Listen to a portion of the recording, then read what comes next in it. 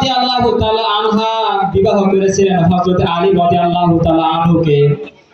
হযরত আলী যখন ফাতেমাকে বিয়ের প্রস্তাব দিল, আল্লাহর নবীকে বললেন, ইয়া রাসূলুল্লাহ, আমি আপনার কন্যাকে বিয়ে করতে চাই, আমি আপনার মেয়েকে বিয়ে করতে চাই।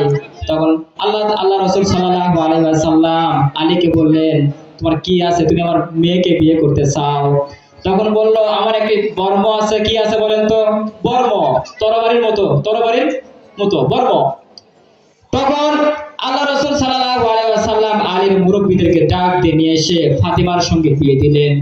বিয়ে দেওয়ার পর একে তো অভাবের সংসার, দরিদ্রতার প্রকোপ, দরিদ্রতার সয়লাব, ঠিক মতো খেতে পারেন না, শরীরে ভালো পোশাক দিতে পারেন না, মার্জিত সুশৃঙ্খল পোশাক দিতে পারেন না, কোন বেলায় খায় তো এক বেলায় খায়, আর এক বেলায় খেতে পারে না।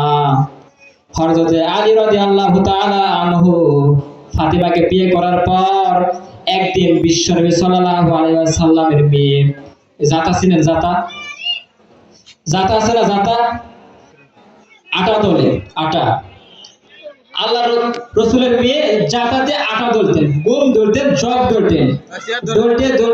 দলতে তার হাতে এক প্রকার ফসকা উঠে যেত। কি বলতো? ফসকা। তো ফসকা উঠার পরে এক গায়ে গলে যেত, মানে এত কাজ করতে হতো, গরিব ছিলেন তো, এত কাজ করতে হতো যে ফসকা পড়ে যেত হাতে। তখন আল্লাহ রাসূল সাল্লাল্লাহু আলাইহি ওয়াসাল্লামের কাছে গেলেন, ফাতিমা রাদিয়াল্লাহু তাআলা আল্লাহর নবীর কাছে গেলেন। বাসায় গিয়ে দেখে আল্লাহর নবী নাই, তিনি মসজিদে গেছেন। আল্লাহর রাসূলের মেয়ে ফাতিমা রাদিয়াল্লাহু তাআলা আনহা বিশ্বনবীর ছোট স্ত্রী আয়েশা রাদিয়াল্লাহু তাআলা আনহাকে বললেন, হে আমাদের আয়েশা, আমার আব্বা আসলে বলেন, আমি ফাতিমা কাজ করতে করতে আমার হাতে ফসকা পড়ে গেছে, আমার জন্য যেন একটা খাদেম নিযুক্ত করে। কি নিযুক্ত করবে? খাদেম, একটা ওয়ার্কার নিযুক্ত করতে বলেছেন রাসূল সাল্লাল্লাহু আলাইহি ওয়াসাল্লাম। তখন খন্দকের যুদ্ধ করার সময়, খন্দকের যুদ্ধে জয়লাভ করার পরে ওই যুদ্ধের ময়দান থেকে তিনি কিছু সম্পদ কাফেরদের কাছে সংগ্রহ করতে পেরেছিলেন। ইসলামের সিস্টেম হলো এরকম, যদি কাফেরদের বিরুদ্ধে যুদ্ধ হয় আর সেখানে কাফেরদের যদি পরাজয় হয়, ওই কাফেরদের যত মাল সামিনে আছে সবকিছু বাইতুল মালে জমা করা হতো। বলেন সুবহানাল্লাহ। ওই বাইতুল মালের দায়িত্বে ছিলেন বিশ্বনবী। বিশ্বনবী বললেন, ইয়া রাসূলুল্লাহ, বিশ্বনবীকে বলা হলো, হে আব্বা, আপনি আমার জন্য একটা খাদেম নিযুক্ত করে দেন। তখন আল্লাহর নবী বললেন যে তুমি যদি রাতে ঘুমানোর সময় চারটি বাক্য তোমাকে আমি শিখিয়ে দিব, এই চারটি বাক্য যদি বলতে পারো, একটা খাদেমের চাইতে রব্বুল আলামিনের কাছে তোমার মর্যাদা উত্তম হয়ে যাবে। এক নাম্বার কি আপনাদের বুঝতে পেরেছেন? এক নাম্বার সুবহানাল্লাহ।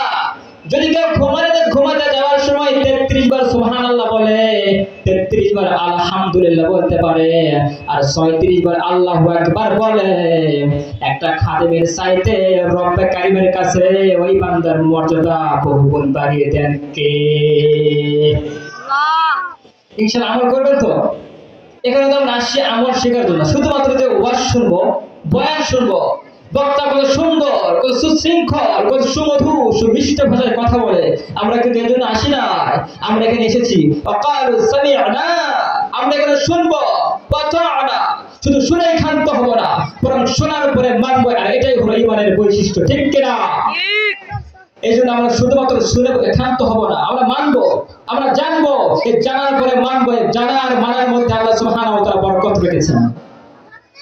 বিশ্বনবী বলেছেন, আল্লাহ তাআলা যে ব্যক্তির মঙ্গল চান, কল্যাণ চান, আল্লাহ সুবহানাহু ওয়া তাআলা ওই বান্দাকে, ওই ব্যক্তিকে দ্বীনের জ্ঞান দিয়ে সাহায্য সহযোগিতা করেন।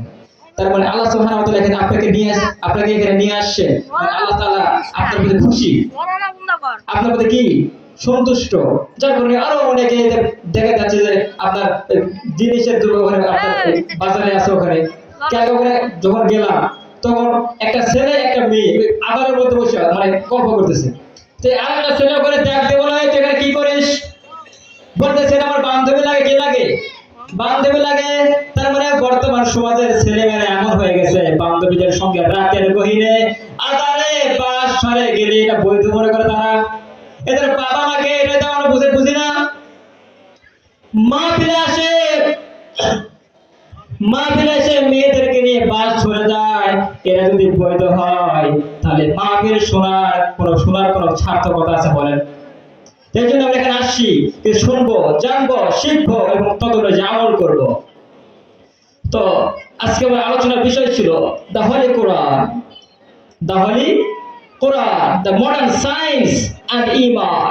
আধুনিক দ্য হলি কোরআন অর্থাৎ পবিত্র কোরআন, দ্য মডার্ন সায়েন্স এবং বিজ্ঞান এবং ঈমান, এই তিনটি বিষয়ের সমন্বয় ইনশাআল্লাহ আমি আমার বাকি বক্তব্য আপনাদের সামনে পেশ করার চেষ্টা করব ইনশাআল্লাহ।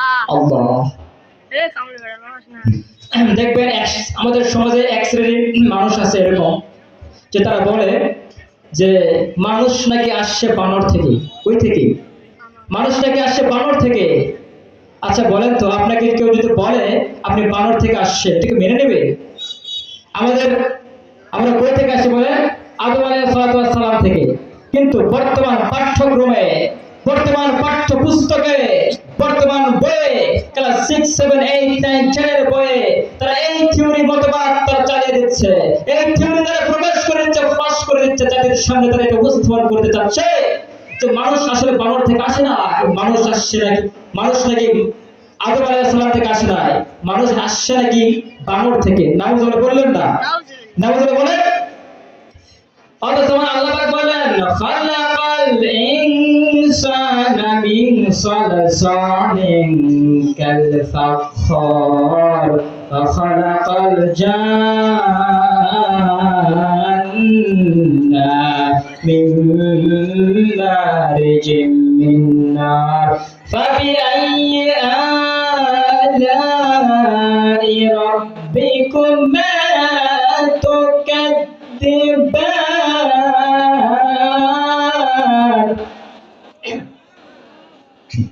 فبأي آلاء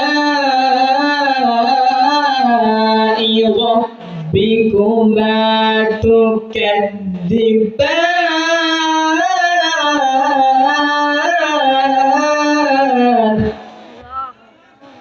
আল্লাহ তাআলা বলেন খলাকাল ইনসানা মিন সালসালিন কাল ফাখর। আল্লাহু আকবার।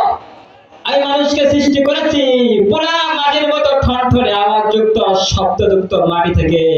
মানুষ কোন বানর থেকে আসে না। এটা কার কথা? কার কথা? আল্লাহ বলেছেন মানুষকে মাটি থেকে সৃষ্টি করেছি। আর বর্তমানে একজন বিজ্ঞানী, হয়তো তিনি এখন জীবিত নাই, ওনার নাম হচ্ছে চার্লস ডারউইন।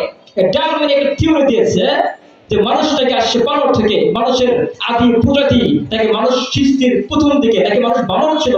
আরে যে স্টুপিড, মানুষ বানর ছিল না, মানুষ বানর আছে না, মানুষ বানর থাকবেও না।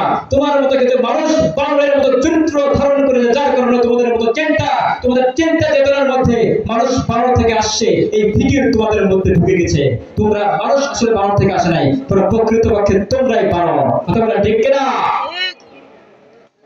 আল্লাহ পাক বলে, আল্লাহ পাক সূরা বাকারার মধ্যে ঘোষণা দিলেন, সূরা বাকারা 40 নম্বর আয়াতে তিনি বলেন ওয়া ইযা ক্বালা রাব্বুকা লিল মালাইকাতি জা'ইলুন ফিল আরদি খলিফা। আল্লাহ পাক ফেরেশতাদেরকে বললেন, ও আমার ফেরেশতা, আমি পৃথিবীর বুকে খলিফা নির্বাচন করতে চাই, খলিফা নিযুক্ত করতে চাই। তো ফেরেশতা বলেন ক্বালু আতাজআলু। ফেরেশতারা তখন বললেন আপনি কি বলেন? মানুষ সৃষ্টি করবেন, আপনি খলিফা নির্বাচন করবেন জমিনে? জমিনে তাদেরকে সৃষ্টি করলে তারা তো ফিতনা ফাসাদ করবে, রক্তপাত ঘটাবে। এরকম মানুষ নেই, এরা কি ফিতনা ফাসাদ করে না? কথা বলে মানুষ ফিতনা ফাসাদ করে না? আল্লাহ পাক ফেরেশতারা বললেন আপনি কোন মানুষকে সৃষ্টি করবেন যে মানুষকে সৃষ্টি করার পর সমাজের মধ্যে তারা ফিতনা ফাসাদ করবে এবং রক্তপাত ঘটাবে। তখন ওয়ানাহনু নুসাব্বিহু ওয়া নুকদ্দিসু লাহ, অবশ্যই আমরা তো আপনার পবিত্রতা বর্ণনা করি, আমরা তো আপনার প্রশংসা প্রেস বর্ণনা করি। তাহলে মানুষকে কেন আপনি সৃষ্টি করবেন বলে? তো আল্লাহ পাক বলেন ক্বালু ইন্নী আ'লামু মা লা তা'লামুন। और फरिश्ते आप जो चीज मैं जानता है, जो इल्म में रखते हैं, वो चीज तू जानता ही नहीं। What is তোর নাই জানতা? What I know, you don't know. আমি যা জানি তোমরা তো জানো